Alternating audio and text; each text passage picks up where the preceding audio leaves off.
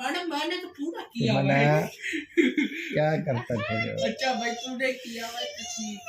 मैं क्या करता हूँ, क्या करती हो मिठू हो टिफन मैंने दबा देना तुम्हारा सर यहीं पे।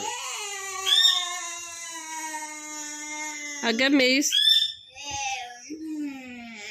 मैंने वो मसला अब निकल आइए जल्दी करो। अब वो देखो मिठू को, वो कितनी ऊंची उसकी गर्दन है। वैसे ये नीचे आपकी गर्दन के पीछे बैठी।